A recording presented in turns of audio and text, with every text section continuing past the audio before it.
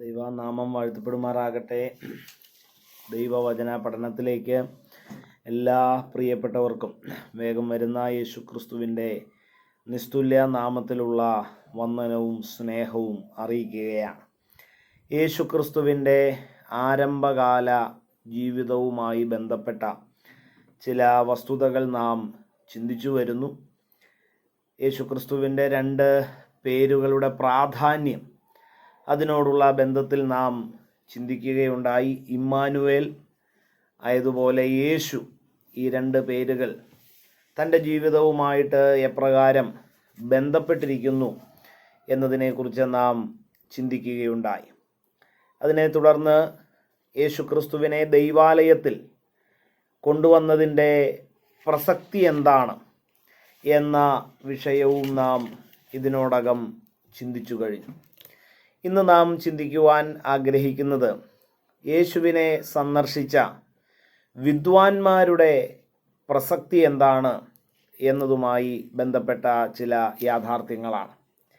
യേശുവിനെ കാണുവാനായി വിദ്വാൻമാർ കിഴക്ക് ദേശത്തു നിന്നും യേശുവിൻ്റെ അടുക്കൽ എത്തി എന്ന് തിരുവചനത്തിൽ നമ്മൾ വായിക്കുകയാണ്. മത്തായിയുടെ സുവിശേഷം 2-ാമത്തെ അധ്യായത്തിൽ ആ വിവരണം നമുക്ക് കാണുവാനായിട്ട് സാധിക്കുകയാണ്. യേശുവിനെ കാണുവാൻ വന്ന വിദ്വാൻമാർ അവർ യഹൂദർ ആയിരുന്നില്ല, അവർ ജാതീയരായിരുന്നു. ജാതീയരായ ഈ വിദ്വാൻമാർ യേശുവിനെ കാണുവാൻ വന്നതിലൂടെ കർത്താവായ യേശുക്രിസ്തുവിൻ്റെ പ്രാധാന്യത യഹൂദന്മാരിൽ മാത്രം ഒതുങ്ങി നിൽക്കുന്നതല്ല, മറിച്ച് ലോക ജനതകൾക്ക് മുഴുവൻ കർത്താവായ യേശുക്രിസ്തു പ്രധാനപ്പെട്ട വ്യക്തിയാണ്, യേശുക്രിസ്തുവിലൂടെയുള്ള പ്രയോജനം സകലർക്കും ഉള്ളതാണ് എന്ന ഒരു സത്യത്തെ തെളിയിക്കുക കൂടിയാണ് വിദ്വാൻമാരുടെ സന്ദർശനത്തിലൂടെ നമുക്ക് മനസ്സിലാക്കുവാൻ കഴിയുന്നത്. ഈ വിദ്വാൻമാരെ കുറിച്ച് ചിന്തിക്കുമ്പോൾ ഒന്നാമതായിട്ട് നാം മനസ്സിലാക്കേണ്ടത് ഈ പ്രിയപ്പെട്ടവർ അന്വേഷണ തൃഷ്ണയുള്ള വ്യക്തികളായിരുന്നു എന്നുള്ളതാണ്. അന്വേഷിക്കുന്നവരായിരുന്നു. അവർ നല്ല പൊസിഷൻ, നല്ല പദവികൾ അലങ്കരിച്ചിരുന്ന വ്യക്തിജീവിതങ്ങളായിരുന്നു. രാജാക്കന്മാരുടെയൊക്കെ ഉപദേഷ്ടാക്കന്മാരായിരുന്നു. രാജാക്കന്മാർ ഉപദേശിക്കുന്ന പദവികൾ അലങ്കരിച്ചിരുന്ന വ്യക്തികളായിരുന്നു. അതുപോലെ അവർ നല്ല വിദ്യാഭ്യാസമുള്ളവരായിരുന്നു.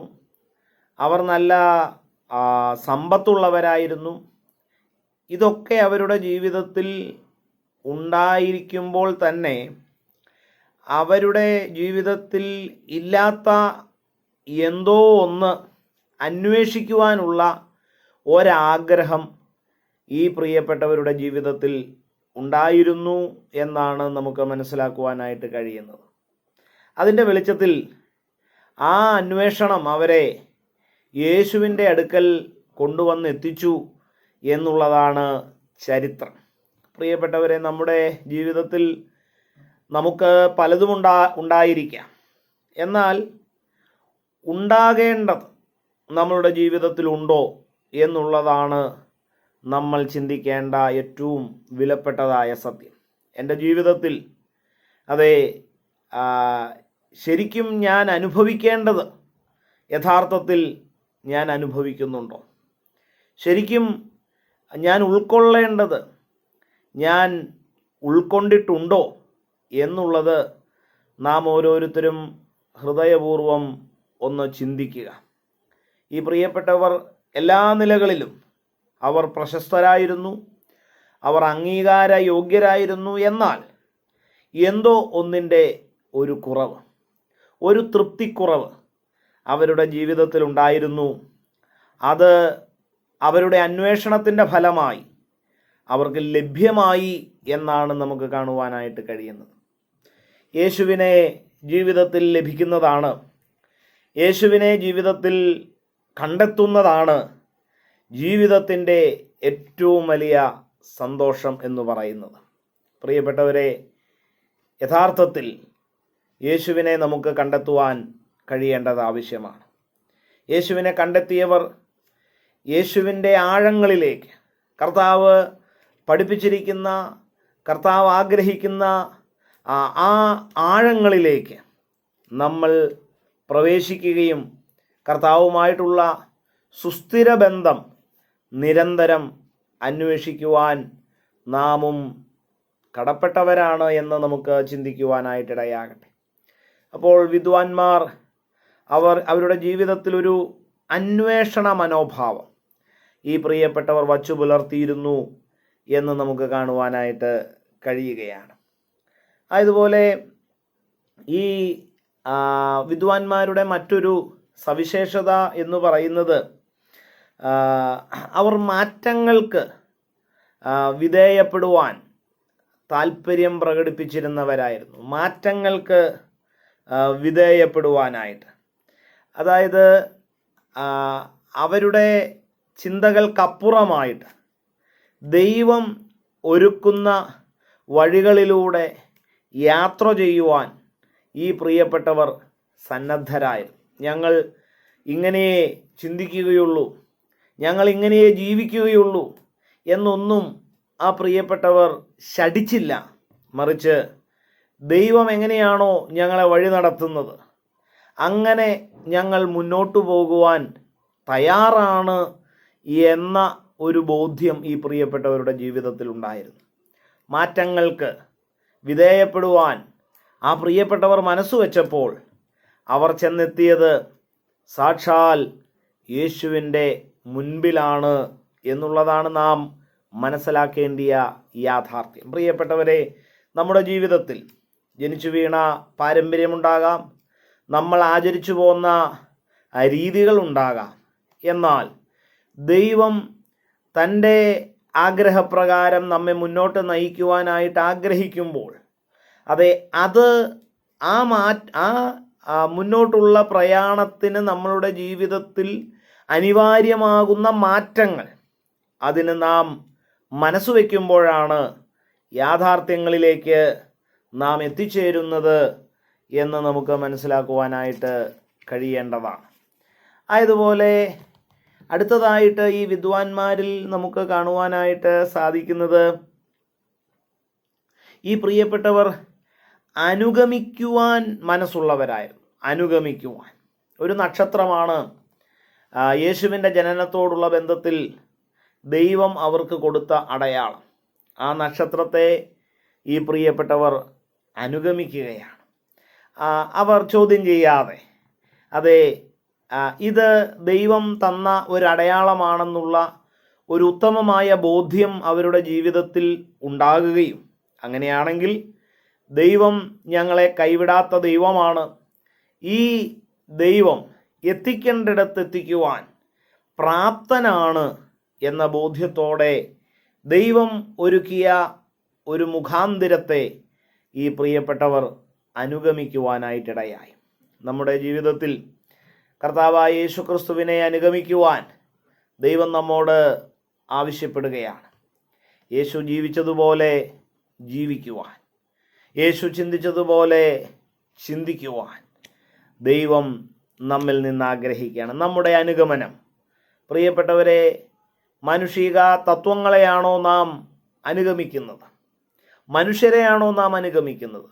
അതെയോ നമ്മുടെ വിശ്വാസത്തിൻ്റെ നായകനും പൂർത്തി വരുത്തുന്ന രക്ഷകനുമാകുന്ന കർത്താവായ യേശുക്രിസ്തുവിനെ തന്നെയാണോ നാം ദിനംതോറും അനുഗമിക്കുന്നത് എന്ന് നമുക്ക് പരിശോധിക്കുവാൻ ഇടയാകട്ടെ.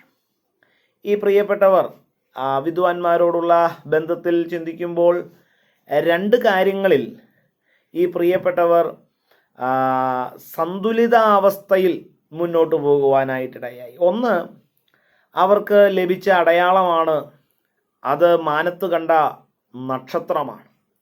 രണ്ട്, ഇവരുടെ ജീവിതത്തിൽ അല്ലെങ്കിൽ ഇവരുടെ കരങ്ങളിൽ ഉണ്ടായിരുന്ന തിരുവെഴുത്താണ്. ഒരു ശിശു ജനിച്ചിരിക്കുന്നു എന്നുള്ളതായ ഒരു ബോധ്യം തിരുവെഴുത്തുകളിൽ നിന്ന്, ഒരു മശിഹ ജനിക്കുവാനായിട്ട് പോകുന്നു എന്നുള്ള പഴയ നിയമ തിരുവെഴുത്തുകളുടെ ഒരു ബോധ്യം.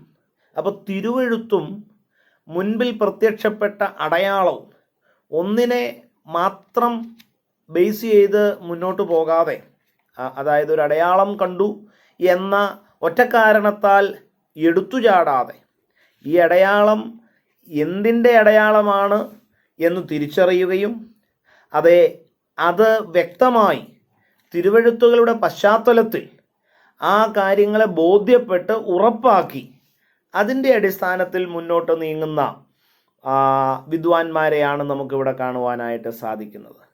ഒരു വശത്ത് അടയാളം, ഒരു വശത്ത് തിരുവെഴുത്ത്, സന്തുലിതാവസ്ഥയിൽ മുന്നേറുന്നതായ ഒരനുഭവം. നമ്മുടെ ക്രിസ്തീയ ജീവിതത്തിലും ദൈവം തരുന്ന അടയാളം, ദൈവം പ്രവർത്തിക്കുന്ന പ്രവർത്തികൾ, ദൈവം നൽകുന്ന അത്യന്തമായ ശക്തി, അത് ഒരു വശത്ത് തെളിഞ്ഞു നിൽക്കുമ്പോൾ തിരുവെഴുത്തിൻ്റെ അടിസ്ഥാനത്തിൽ, തിരുവെഴുത്തിൻ്റെ ആഹ്വാനത്തിൽ നമ്മൾ മുന്നോട്ട് പോകുമ്പോൾ സന്തുലിതാവസ്ഥയിലുള്ള ക്രിസ്തീയ ജീവിതം, ഈ വിദ്വാൻമാരുടെ ഈ ജീവിതയാത്ര നമുക്ക് കാണിച്ചു തരികയാണ്. തിരുവെഴുത്തുകളെയും ദൈവശക്തിയെയും അറിയായിക കൊണ്ട് നിങ്ങൾ തെറ്റിപ്പോകുന്നു എന്ന് തിരുവചനം നമ്മെ പഠിപ്പിക്കുകയാണ്. സന്തുലിത അവസ്ഥയിലുള്ള ക്രിസ്തീയ ജീവിതത്തെ വിദ്വാൻമാർ നമുക്ക് കാണിച്ചു തരികയാണ്. അതുപോലെ തന്നെ വിദ്വാൻമാരുടെ ജീവിതത്തിലെ മറ്റൊരു അവിഭാജ്യ ഘടകമായിരുന്നു അവരുടെ ഉള്ളിലുണ്ടായിരുന്ന വിശ്വാസം എന്ന് പറയുന്നത്. എന്ത് ധൈര്യത്തിലാണ് ഈ പ്രിയപ്പെട്ടവർ അവരുടെ ദേശത്തു നിന്ന് ഇറങ്ങി പുറപ്പെട്ടത്. ദീർഘദൂര യാത്ര, അതും ഇന്നത്തെ യാതൊരു വിധമായ സൗകര്യങ്ങളും ഇല്ലാത്ത നിലയിൽ. എന്തിൻ്റെ അടിസ്ഥാനത്തിലാണ് ഇവർ ഇറങ്ങി പുറപ്പെട്ടത്? എന്ത് ധൈര്യത്തിലാണ് ഇവർ ഇറങ്ങി പുറപ്പെട്ടത്? പ്രിയപ്പെട്ടവരെ, അവിടെയാണ് ആ പ്രിയപ്പെട്ടവരുടെ വിശ്വാസത്തിൻ്റെ ആഴവും വിശ്വാസത്തിൻ്റെ മൂല്യവും നമുക്ക് മനസ്സിലാക്കുവാനായിട്ട് കഴിയുന്നത്. അവർക്ക് മനസ്സിലായി ഇത് ദൈവിക ഇടപെടലാണ്. അവർക്ക് ബോധ്യമായി ഇത് തിരുവെഴുത്തിൻ്റെ നിറവേറലാണ്. ആ അടയാളം അവർക്ക് അതിനെ ഉറപ്പിച്ചു കൊടുക്കുവാനായിട്ടിടയായി. അങ്ങനെയെങ്കിൽ ദൈവം പ്രവർത്തിച്ചിരിക്കുന്ന ഈ പ്രവൃത്തിയോടുള്ള ബന്ധത്തിൽ വിശ്വാസത്തോടെ, ദൈവത്തിലുള്ള അടിയുറച്ച വിശ്വാസത്തോടെ, ബോധ്യത്തോടെ ഈ പ്രിയപ്പെട്ടവർ ഇറങ്ങിത്തിരിക്കുവാനായിട്ടിടയായി. അടുത്തതായിട്ട് ഈ വിദ്വാൻമാരിൽ നമുക്ക് കാണുവാനായിട്ട് കഴിയുന്ന മറ്റൊരു സവിശേഷത എന്ന് പറയുന്നത് ഇവർ എത്ര വിനയമുള്ളവരായിരുന്നു എന്നുള്ളതാണ്. ശരിയായ നിലയിൽ ചിന്തിച്ചാൽ അവർക്ക് പദവികളുണ്ടായിരുന്നു, അവർക്ക് സമ്പത്തുണ്ടായിരുന്നു, എല്ലാ നിലയിലും ശ്രേഷ്ഠരായിരുന്നു. എന്നാൽ അതേ യേശുവിൻ്റെ അടുക്കൽ ചെല്ലുമ്പോൾ അവർ തങ്ങളെ തന്നെ താഴ്ത്തുകയാണ്, അവർ കവിണ്ണു വീഴുകയാണ്, അവർ തങ്ങളെ തന്നെ ശൂന്യമാക്കുകയാണ്. കാരണം എന്താണ്? അവർ ആരുടെ അടുക്കലാണ് എത്തിച്ചേർന്നിരിക്കുന്നത് എന്നവർക്ക് നല്ല ബോധ്യമുണ്ടായിരുന്നു. ഒരു നിമിഷം നാം ചിന്തിക്കുക, നമ്മൾ ജീവിതത്തിൽ എത്ര ഉന്നത വ്യക്തിയായിരുന്നാലും പ്രിയപ്പെട്ടവരെ, കർത്താവിൻ്റെ മുൻപിൽ നാം ആരുമല്ല, നാം നിസ്സാരന്മാർ തന്നെയാണ്.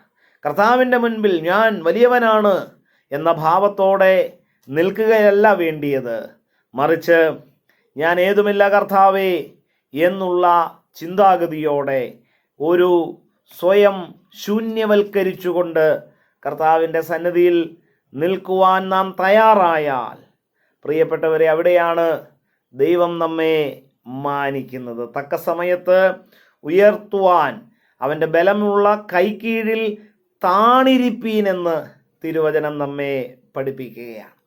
വിദ്വാൻമാരോടുള്ള ബന്ധത്തിൽ മറ്റൊരു പ്രത്യേകത അവർ നൽകുന്നവരായിരുന്നു എന്നുള്ളതാണ്. അവർ നൽകുന്നവരായിരുന്നു. അവരുടെ നിക്ഷേപ പാത്രങ്ങളെ തുറന്ന് പൊന്ന്, മൂര്, കുന്തിരുക്കം തുടങ്ങിയ വിലയേറിയ വിശേഷതയേറിയ വസ്തുക്കളെ അവർ കാഴ്ചവെച്ചു എന്ന് നാം മനസ്സിലാക്കുകയാണ്. അവർ നൽകുന്നവരായിരുന്നു. അവർക്കുള്ളത്, അവർക്ക് നൽകുവാൻ കഴിയുന്ന ഏറ്റവും വിശേഷപ്പെട്ട വസ്തുക്കളെ നൽകുന്ന ഒരനുഭവം നമുക്കവിടെ കാണുവാനായിട്ട് സാധിക്കുകയാണ്. നമ്മുടെ ജീവിതത്തിലും ദൈവം നമുക്ക് നൽകിയതല്ലാതെ നമുക്ക് സ്വന്തമായി ഒന്നുമില്ല. ഈ ഭൂമിയിൽ ജനിച്ച് വീഴുമ്പോൾ നാം ആരും ഒന്നും കൊണ്ടുവന്നിട്ടില്ല. ഈ ഭൂമിയിൽ നിന്ന് മരണം വഴിയായി മാറ്റപ്പെടുമ്പോഴും ഒന്നും കൊണ്ടുപോകുന്നുമില്ല. അങ്ങനെയെങ്കിൽ ജനനത്തിൻ്റെയും മരണത്തിൻ്റെയും ഇടയിൽ ദൈവം നമ്മെ ഏൽപ്പിച്ച എന്തെങ്കിലും ഉണ്ട് എങ്കിൽ അത് ദൈവനാമ മഹത്വത്തിനായി നൽകുവാനുള്ള മനസ്സും അതേ ആഗ്രഹവും നമ്മുടെ ജീവിതത്തിൽ ഉണ്ടാകേണ്ടത് വളരെ വളരെ അത്യാവശ്യമാണ്. വിദ്വാൻമാരോടുള്ള ബന്ധത്തിൽ അടുത്തതായി നമുക്ക് കാണുവാൻ കഴിയുന്നത് അവർ ആരാധിക്കുന്നവരായിരുന്നു എന്നുള്ളതാണ്. അവരുടെ ജീവിതത്തിൽ അതേ അവരുടെ ഉള്ളിലെ ആഗ്രഹവും അന്വേഷണവും യഥാർത്ഥ മശിഹയാരാണ് ആ ബോധ്യത്തോടെ അവരുടെ യാത്ര ആരംഭിച്ചു എങ്കിൽ സാക്ഷാൽ മശിഹയുടെ മുൻപിൽ, സാക്ഷാൽ ആരാധ്യ പുരുഷൻ്റെ മുൻപിൽ അവർ എത്തിച്ചേർന്നപ്പോൾ അവർ തിരിച്ചറിഞ്ഞു ആരെയാണ് ആരാധിക്കേണ്ടത്, ആരെയാണ് നമസ്കരിക്കേണ്ടത് എന്നുള്ളതായ യാഥാർത്ഥ്യം അവർക്ക് ബോധ്യപ്പെട്ടപ്പോൾ ആരാധിക്കേണ്ടവനെ ആരാധിക്കുന്ന വിദ്വാൻമാരെ നമുക്ക് കാണുവാനായിട്ട് കഴിയുകയാണ്. മറിയ ഉണ്ടായിരുന്നു, യോസേഫ് ഉണ്ടായിരുന്നു. എന്നാൽ വ്യക്തമായി കൃത്യമായി അവിടെ രേഖപ്പെടുത്തിയിരിക്കുകയാണ്, അവിടെ ശിശുവിനെ അമ്മയായ മറിയയോട് കൂടെ കണ്ട് വീണ് അവനെ നമസ്കരിച്ചു. അവരെ എല്ലാവരെയും കണ്ടുവെങ്കിലും അതേ നമസ്കരിച്ചത്, ആരാധിച്ചത് യേശുവിനെ മാത്രമായിരുന്നു എന്ന് നാം മനസ്സിലാക്കുകയാണ്. ആരാധന അത് കർത്താവായ യേശു ക്രിസ്തുവിന് മാത്രം അതേ ഉള്ളതാണ്. അവനാണ് ആരാധനയ്ക്ക് യോഗ്യൻ എന്ന് തിരുവചനം നമ്മെ വ്യക്തമായി പഠിപ്പിക്കുന്നു. ആരാധിക്കുന്ന ഒരു പറ്റം വിദ്വാൻമാരെയാണ് ദൈവവചനം നമ്മെ ചൂണ്ടിക്കാണിക്കുന്നത്. അടുത്തതായി വിദ്വാൻമാർ അനുസരണമുള്ളവരായിരുന്നു. അവരോട് പറയുകയാണ്, നിങ്ങൾ തിരിച്ച് ഹെരോദാവിൻ്റെ കൊട്ടാരത്തിലേക്ക് പോകരുത്, നിങ്ങൾ വേറെ വഴിയായി മടങ്ങിപ്പോകണം എന്ന് പറഞ്ഞപ്പോൾ അവർ ദൈവത്തെ അനുസരിക്കുകയാണ്. ദൈവശബ്ദം അവർ അനുസരിക്കുകയാണ്. നമ്മുടെ ജീവിതത്തിൽ നമ്മുടെ അനുസരണം ആരോടുള്ള ബന്ധത്തിലാണ്?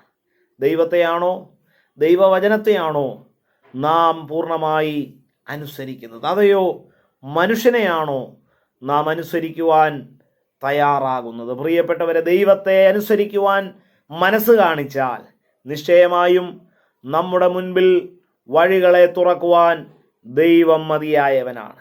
നമ്മുടെ മുന്നിലുള്ള ദുർഘടങ്ങളെ നീക്കുവാൻ ദൈവം മതിയായവനാണ് എന്നതിന് യാതൊരു സംശയവുമില്ല. അടുത്തതായിട്ട് ഈ വിദ്വാൻമാരിൽ നാം കാണുന്നതായ ഒരു പ്രത്യേകത എന്ന് പറയുന്നത് അവർ എന്തിനും തയ്യാറുള്ളവരായിരുന്നു. ഹെരോദാവ് ഞങ്ങളെ കൊല്ലുമോ അറിയത്തില്ല, ഹെരോദാവിൻ്റെ കയ്യിൽ ഞങ്ങൾ അകപ്പെടുമോ അറിയത്തില്ല, ഞങ്ങൾ അതേ പുറപ്പെട്ട ആ സ്ഥാനത്ത് ഞങ്ങൾ തിരിച്ചെത്തുമോ അവർക്ക് നിശ്ചയമില്ല. എങ്കിലും അതേ അവർ മുന്നോട്ട് യാത്ര ചെയ്യുകയാണ്. ജീവൻ നഷ്ടമാകുമോ എന്നുപോലും അവർക്കറിയത്തില്ല. എന്നാൽ സ്വന്തം പ്രാണനെ സ്നേഹിക്കാതെ, വിലയേറിയതായിട്ട് എണ്ണാതെ, ദൈവശബ്ദത്തെ മുഖവിലക്കെടുത്ത് ദൈവത്തെ പൂർണ്ണമായിട്ടും അനുസരിക്കുവാൻ തയ്യാറായിക്കൊണ്ട് സ്വന്തം പ്രാണൻ അപകടത്തിൽ ആയാൽ പോലും അത് ഞങ്ങൾക്ക് ഒന്നുമില്ല എന്ന ചിന്താഗതിയോടെ ഈ പ്രിയപ്പെട്ടവർ യാത്ര ചെയ്യുന്ന അനുഭവമാണ് നമുക്ക് കാണുവാനായിട്ട് കഴിയുന്നത്. അവരുടെ ജീവനെ അവർ ത്യജിക്കുവാൻ തന്നെ മനസ്സു കാണിക്കുന്ന ഒരു പ്രകൃതം വിദ്വാൻമാരുടെ ജീവിതത്തിൽ നമുക്ക് കാണുവാനായിട്ട് കഴിയുകയാണ്. നമ്മുടെയും ക്രിസ്തീയ ജീവിതം അതേ ഉത്തമമായ നിലയിലായിത്തീരുവാനുള്ള ചില പാഠങ്ങളാണ് ഈ വിദ്വാൻമാരുടെ ജീവിതാനുഭവങ്ങളിലൂടെ നമുക്ക് കാണുവാനും മനസ്സിലാക്കുവാനുമായിട്ട് കഴിയുന്നത്. യേശുക്രിസ്തുവിൻ്റെ ആരംഭകാല ജീവിതവുമായി ബന്ധപ്പെട്ട ഒരു വലിയ ചരിത്ര സംഗതിയായിരുന്നു വിദ്വാൻമാരുടെ സന്ദർശനം എന്ന് പറയുന്നത്. ആ സന്ദർശനം നമ്മുടെയും ക്രിസ്തീയ ജീവിതത്തിന് പുതിയ മാനങ്ങളിലേക്ക്, അതെ, കൂടുതൽ കർത്താവുമായിട്ടുള്ള ആഴമേറിയ ബന്ധത്തിലേക്ക് നയിക്കപ്പെടുവാൻ ഈ സന്ദേശം കാരണമായി തീരട്ടെ എന്ന പ്രാർത്ഥനയോടെ എല്ലാവരെയും ദൈവം ധാരാളമായി അനുഗ്രഹിക്കട്ടെ എന്ന ആശംസയോടെ വാക്കുകളെ നിർത്തുന്നു. ദൈവത്തിന് മഹത്വം, ദൈവത്തിന് സ്തോത്രം.